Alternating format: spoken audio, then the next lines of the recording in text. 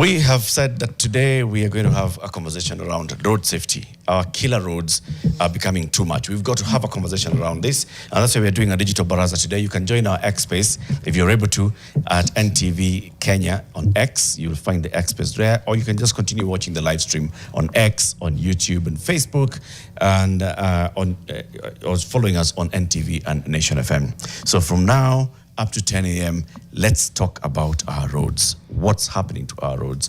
We'll start this conversation with traffic police boss in Nairobi. That's Boniface Otieno, who is the National Police Service Traffic Department Liaison for Nairobi County. Boniface, good morning. Good morning. Thank you very much for joining us today. We want to have a conversation, first of all, from the police side and the enforcement side. That's where you sit. But we are seeing very many accidents on our roads. Before we begin that conversation, Janet is going to give you the day's quote. Right. Today's quote is by Dr. Ian Greenwood, a PhD graduate from the Institute for Transport Studies. And this was following the death of his daughter in what he said was a preventable road traffic collision. He once said, "Every death on the road is a political decision. Every death on the road is a political decision." Do you agree with that? He's taking notes. Every death on the road is a political decision. Thank you. I'll also say that politics is a location of resources. So a road means resources ought to have been allocated, or they were allocated. So yes or no. Politics is decisive allocation of resources. Okay. That is according to American scholar, I think called Harold somebody. Yes. Okay. It's a good one because, and I completely agree with you, Boniface. It's about how politics plays a role in our daily life. If politics has politicians have allocated resources for a certain project on the roads, is it in accordance with the design of that project, or is it also going to get diverted halfway through the implementation of that project? And then everything around it. In our roads, for example, we have, yes, we build a road, we give it all the road, it's called the road furniture, right? And then beyond that, there's the enforcement of it. Yeah. Now you have the National Police Service to enforce road and traffic rules. Is the police service properly resourced to actually perform that role? And so I'm going to ask you directly, because you've been in the police service for a number of years, do you think that you are properly resourced to enforce road traffic rules? Thank you, Eric. I wish you could maybe allow me just to give an outline of how the situation is. Okay. Before coming to whether we have been resourced or not. And of course we are resourced. Now, the road safety challenge or crashes is a global problem. 1.19 million people perish globally each year. That is according to World Health Organization report of 2021. 50 million people survive with injuries. They have gone to demarcate or allocate them to regional, global regions. Like out of the 1.19 million deaths, where do they come from? The report says that around 28% is from Southeast Asia, 25% West Pacific. In Africa, as a region, takes 19%, then the Americas, particularly the Southern Americas, get away with 12%. East Mediterranean region, 11%, and then Europe, 5%. If you add those percentages, you realize that over 90% of those deaths occurs in low and middle income countries. So in Africa, we are at 12%. Then in Kenya, which is in Africa, again, we lose approximately 3,000 to 4,000 Kenyans every year. Now that is the figure we have.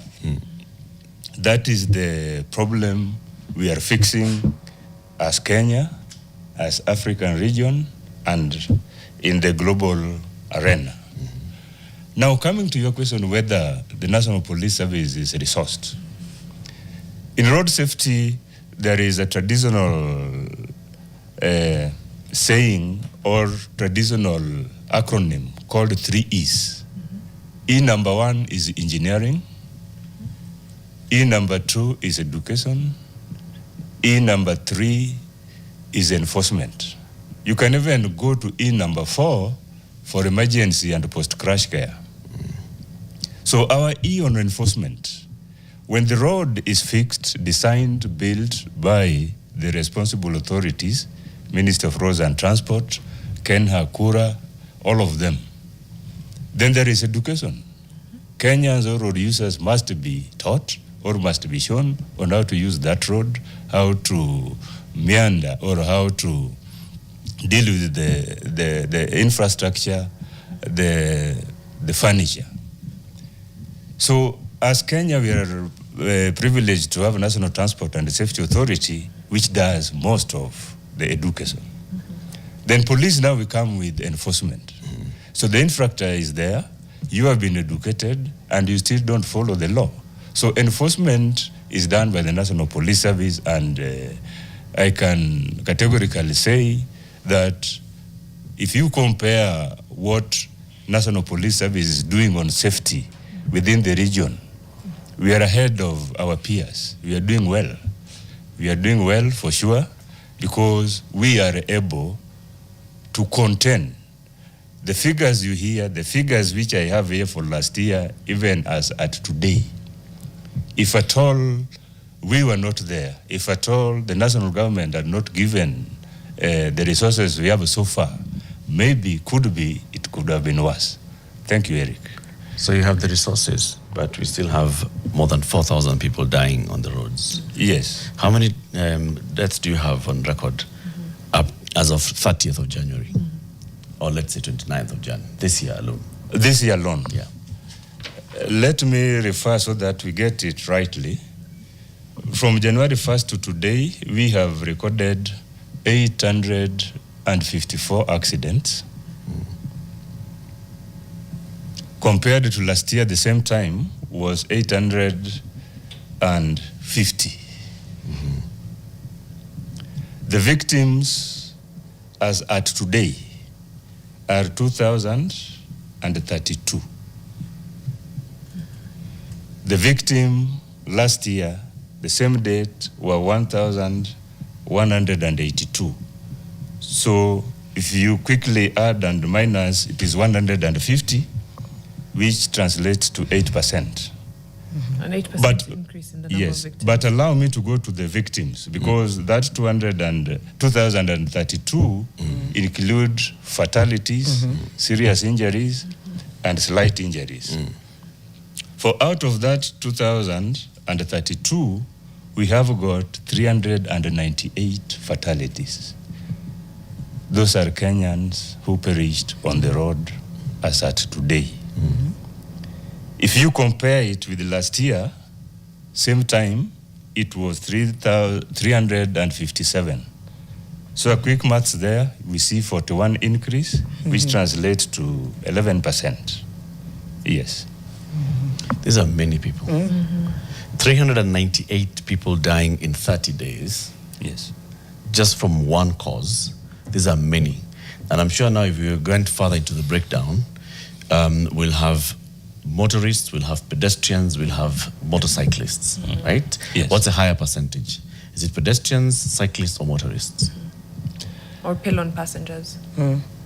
Thank you. The greatest victim of our crashes, and this is globally, we group them as vulnerable road users.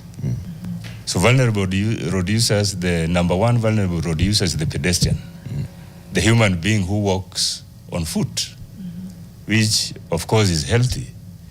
So in our case, they are the highest majority. Like out of the 398, we have lost 143 pedestrians. The second victims, which we have now noted over the past 5-10 years, is the motorcyclists, which are 102 out of the 398. Of course, drivers have also succumbed, 38 of them. Passengers who are in public vehicles, private vehicles, any are 77. Pillion passengers, these are passengers carried on motorcycles or bicycles, we have lost 31. We still have bicycles in Kenya. Again, a healthy mode of transport, we have lost 7. So that one gives 398 figures.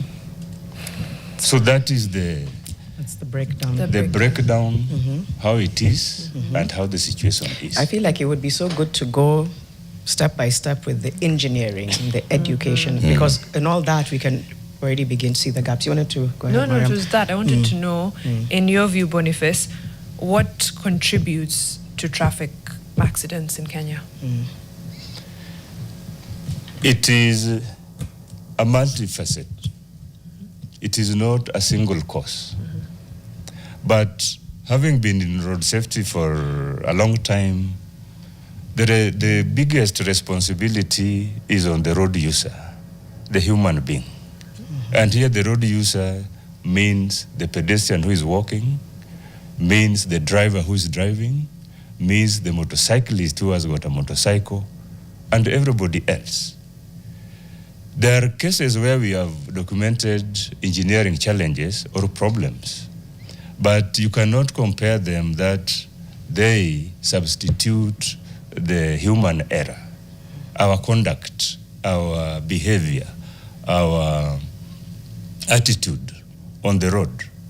Today, the biggest problem when the pedestrians have said, one of the biggest problem we are facing, and it is difficult to enforce, is use of mobile phone while walking and earphones. This is common, this is rampant. You hold the phone on your right hand and you are crossing the road and you are unable to check on the right side of the road where the traffic is flowing. So that is conduct, that is behavior of that individual. It is not infrastructure. Again, what I can say... Can I get into that a little bit? Yes. A lot of the times pedestrians are killed while trying to cross roads. You're saying it's not an engineering thing. A thing as simple as overpasses drastically reduces the number of deaths. And I know the likely pushback will be sometimes you put an overpass or a bridge or a footbridge. A footbridge, not an overpass. You put a footbridge and then people don't use it. But by and large, Kenyans do use them. Exceptions for at night time when it's not safe. But where there are footbridges, more people will use than those that will try and cross the road.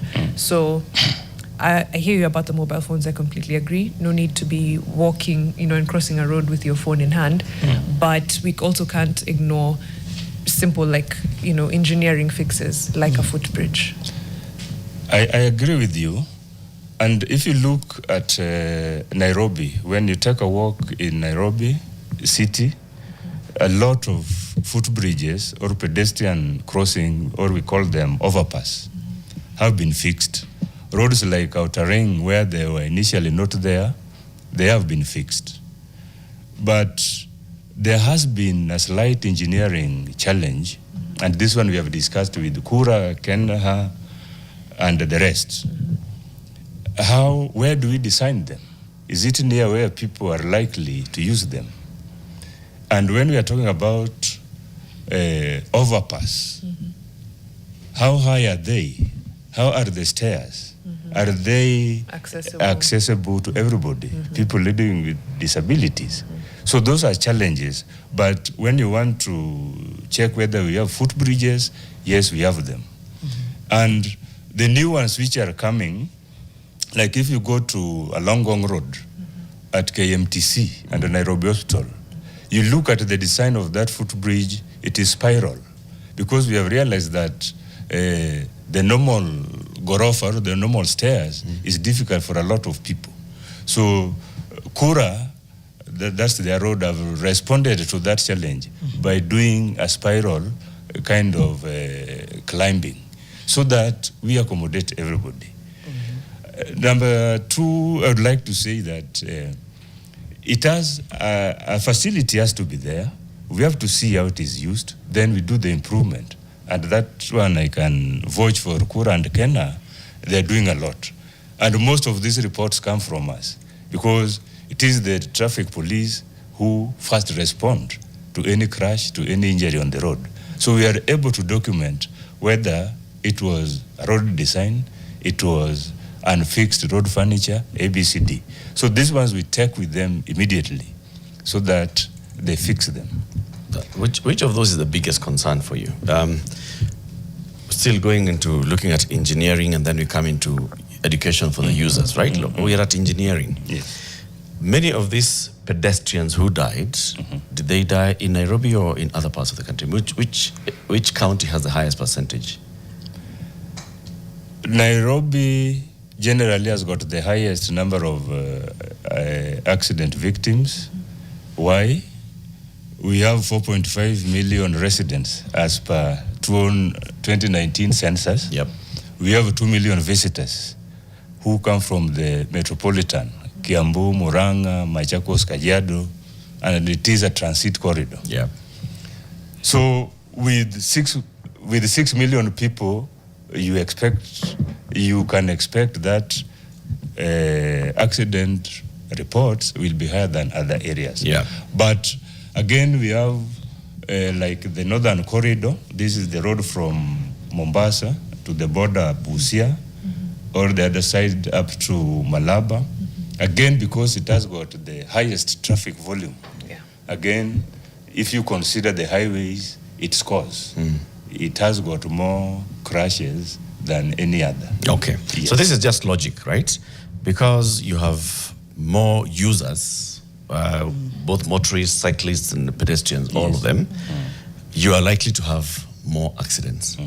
Now, the concern here is, has engineering factored in the number of users of our roads, right? And you're saying the police, every time you are called to the scene of accident and you look at the causes, you can see some of these issues are because of engineering, right?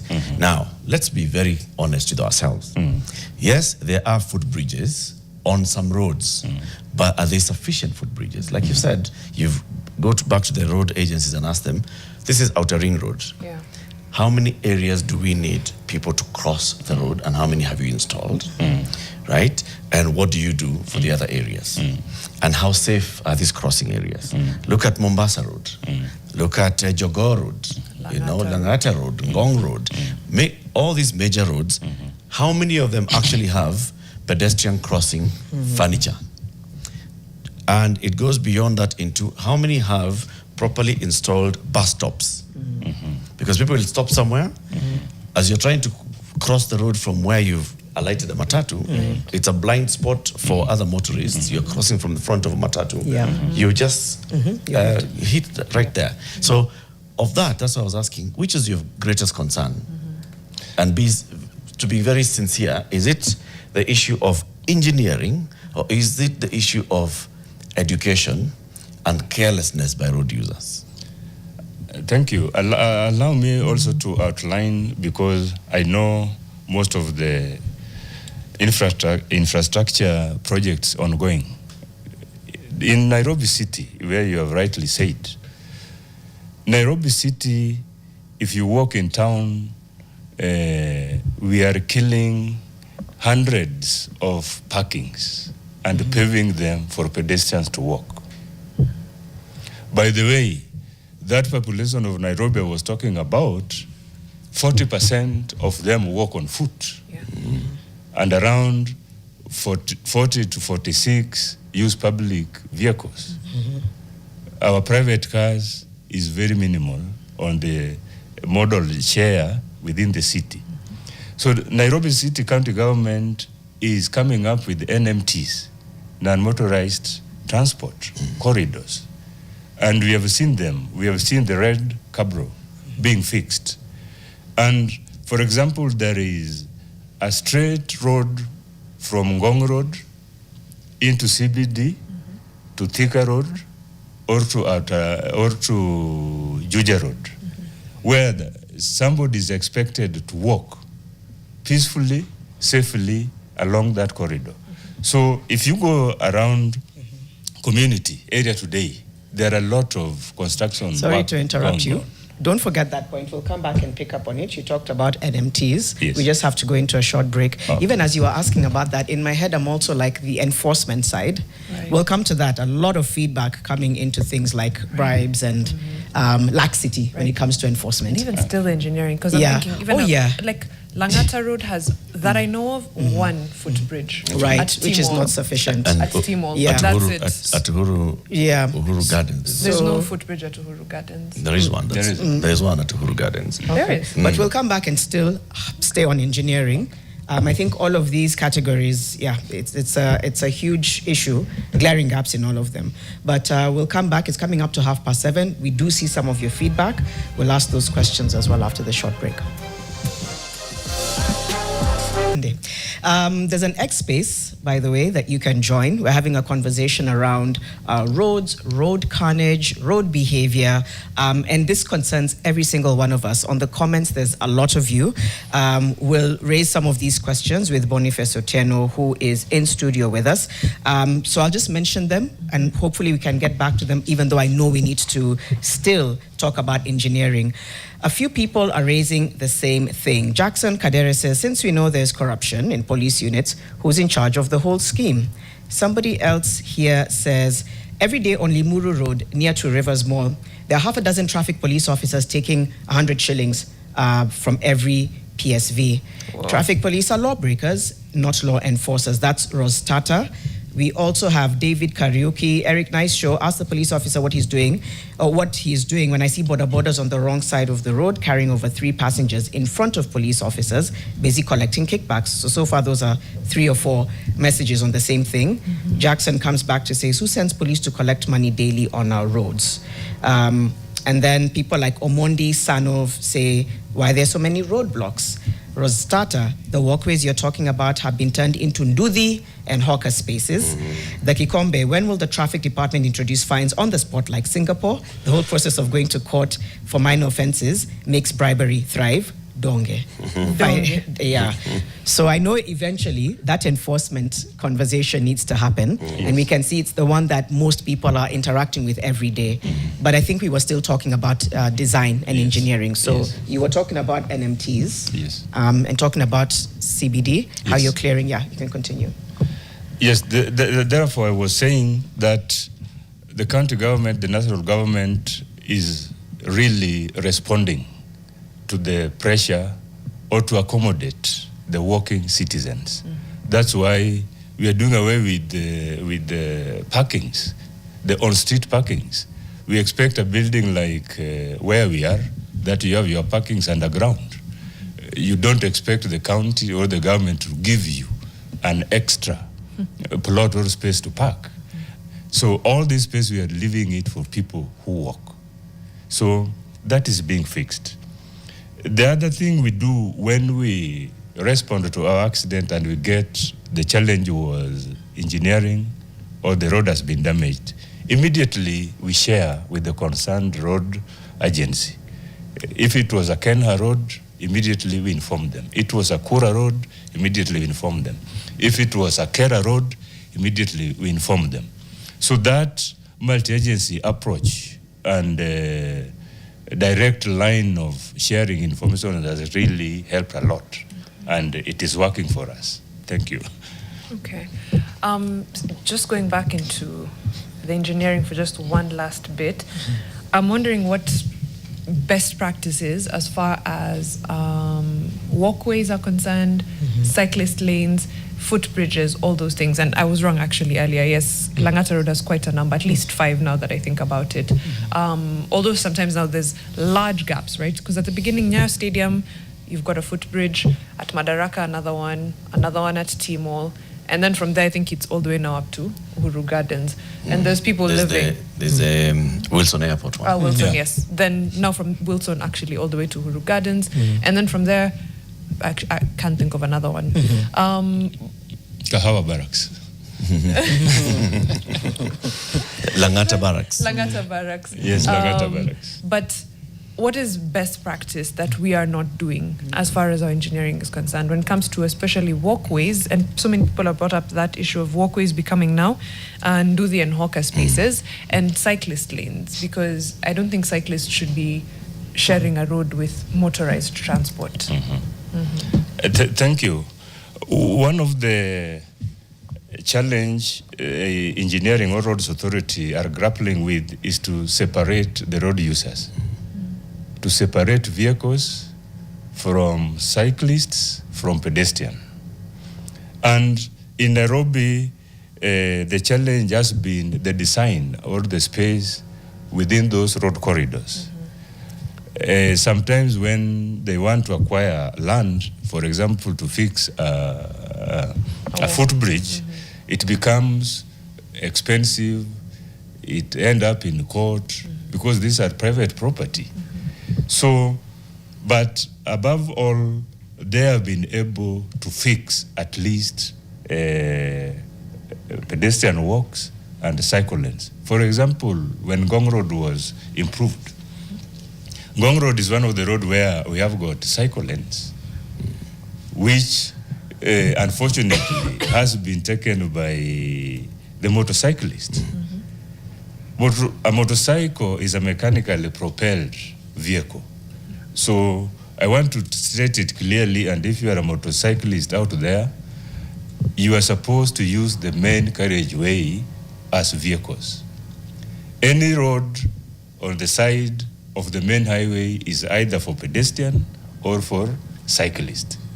So they have taken over and they have pushed pedestrians outside, beyond maybe the ditch separating the walk and the main highway.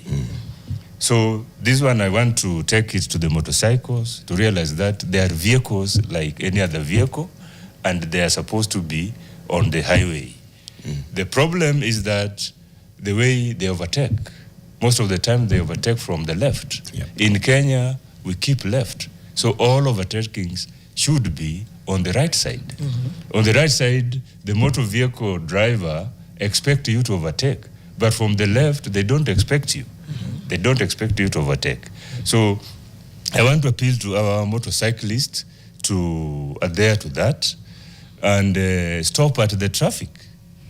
The traffic lights is for everybody. And even if it is for pedestrians, you will see a green human being walking. So traffic lights is for everybody. Failing to stop at the traffic light is an offense. But I know one day when we tried to arrest them, when they were not stopping at the traffic light, they would zoom and speed off and make very dangerous corners, again endangering the person carried. So, in the presence of a police, there should not be an accident. We are supposed to enforce the law lawfully. Our conduct in enforcing the law should not endanger the life of somebody else. So that one, you put the human face, you sympathize with the person who could have been the passenger. But it is appeal. We have been talking to them. We have been to their clubs and circles. Follow the traffic lights. But this is what the question is. So I hear you when you say a traffic police officer will see this motorcycle guy speeding off and endangering the pillion passenger and other users on the other side. So you may let them go. But this has created that culture of impunity. Because for that reason, they know police officers will not stop me. Na hata akinisimamisha nikizoom off, atanishikia wapi, I'll be gone. So that has encouraged a culture of impunity, and we don't see police doing anything about it. Latif, allow me to indicate that we have not let them to go scot-free. When we see that enforcing that kind of violation is a problem, we go back to our drawing board and see what can we do. So currently, as I am here, there is a multi-agency discussion headed by NTSA. We are doing a pilot at Nairobi City where we are registering all motorcyclists. We want to register them and we are going to give them a separate number apart from the number plate. It is already online, so that such motorcycle, we can simply pick the number, go to the system, get the owner, it operates from which circle, and take action. Now, when they get away like that, are you aware that some motorcyclists come all the way from Kajiado? They operate in Nairobi, they go back in the evening. So for example, if that was the guy in question, maybe the next 1 month he will never come back to Nairobi again. But we are working on a system where we want to know them. We want to know the owner. We want to fix that registration number to a particular individual, to a particular circle. That is ongoing. Just before, we'll still have to come back to that impunity question, because I feel like you can have as many task forces and meetings, but if impunity thrives, it almost, kind of cancels that out. So we'll come back to that. I still want to do one more thing on engineering, if it does come to engineering, black spots, and just understanding what the long-term solution is for a lot of the various spots where we've seen accidents happen, deadly ones.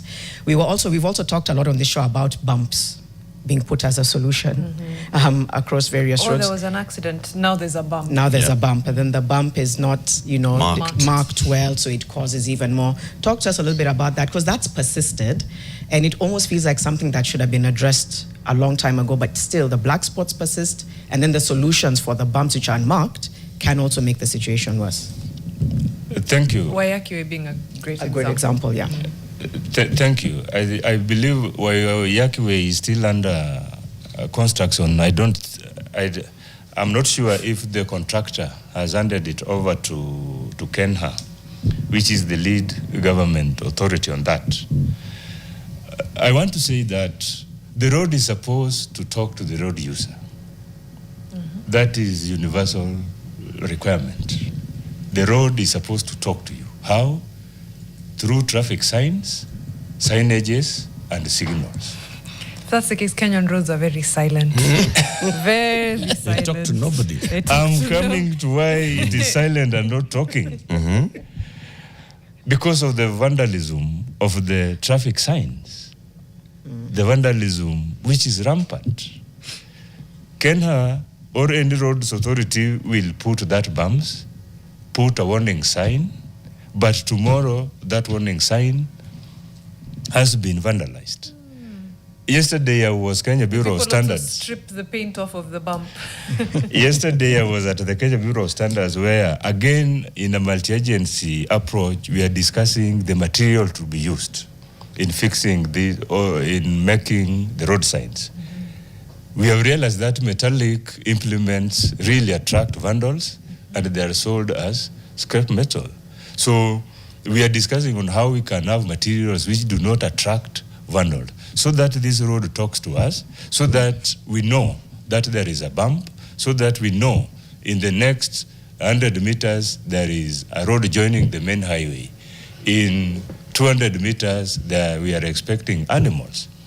Nowadays you rarely see those animal signs.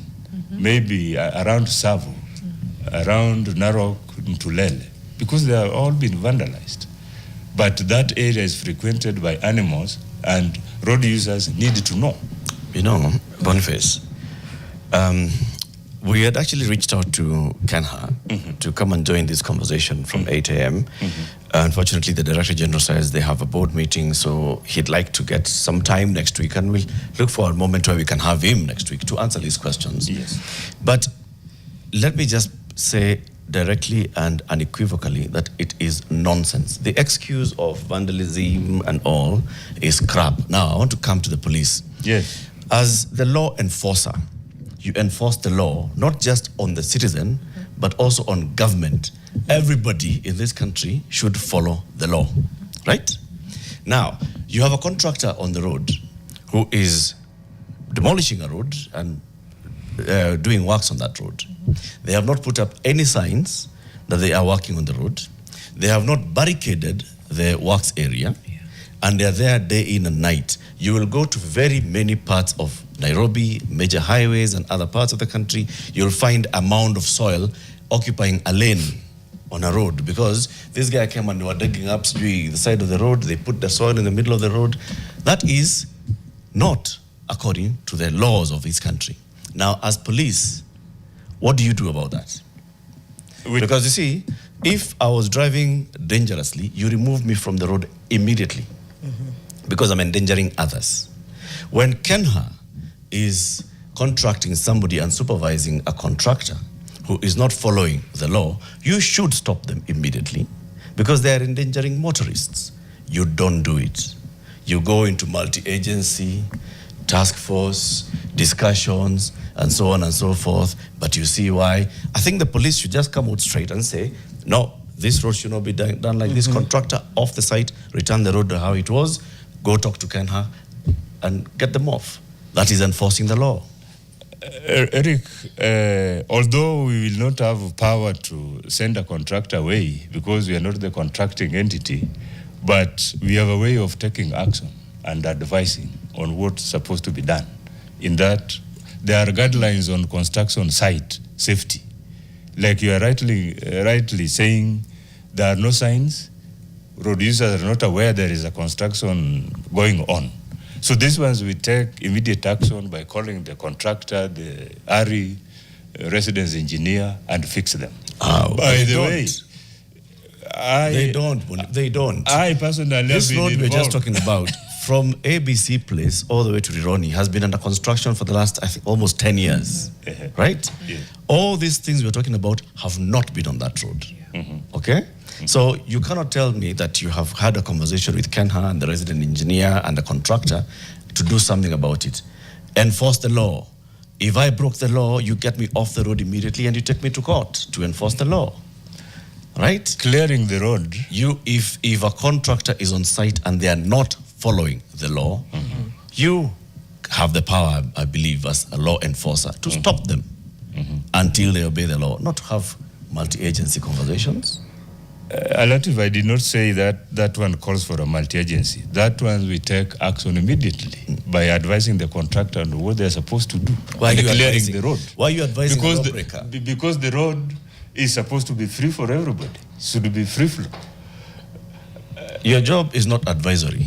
Your job is enforcement. Why are you advising a law-breaking contractor? Again, let me tell you, even if after this, you have committed an offense and I arrest you, and we go with you to Central Police, I should not come again back to national media and say I arrested you. So some of the things police do, we don't.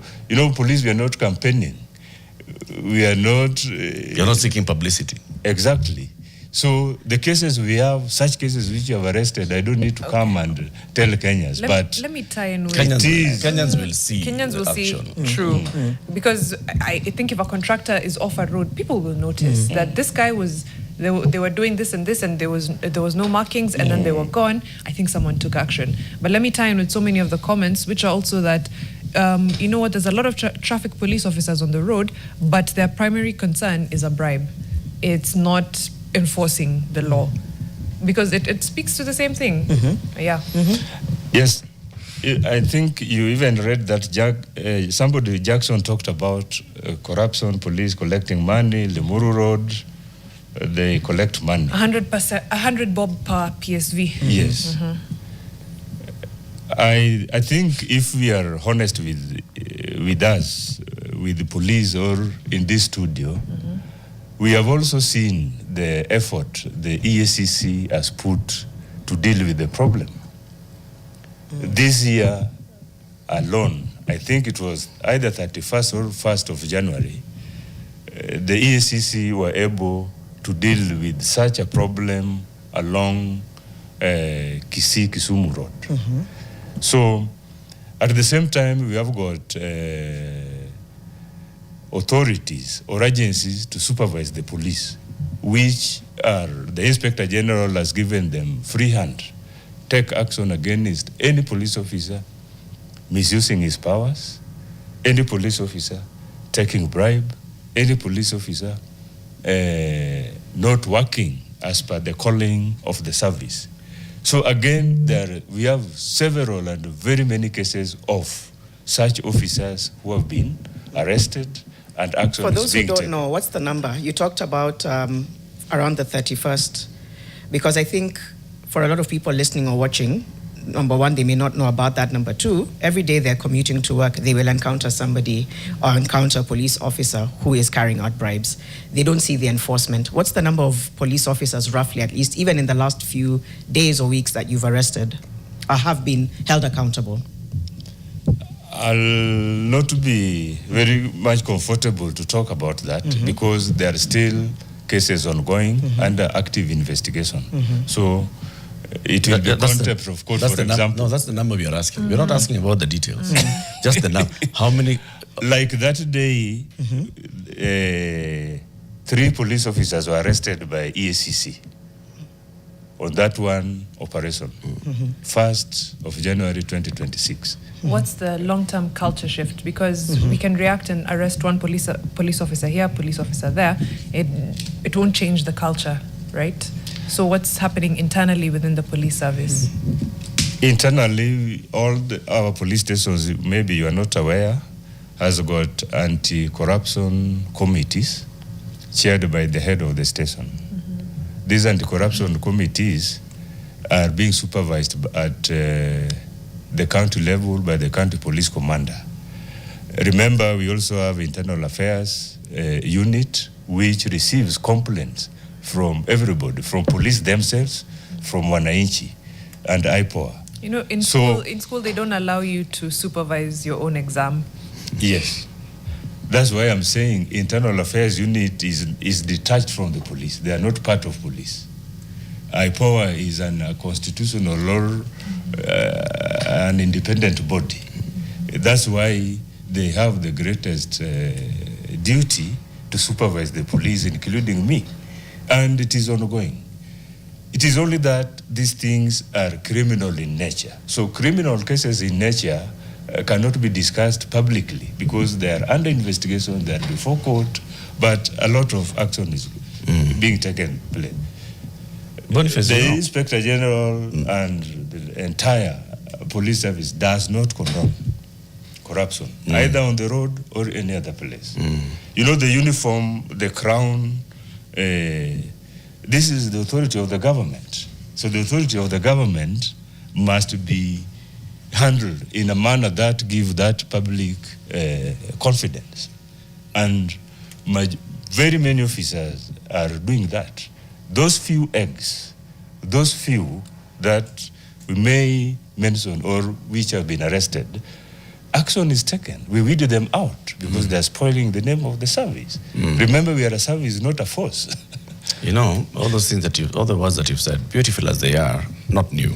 It's what we say, maneno haya si mageni jijini, ila kwa mgeni jijini.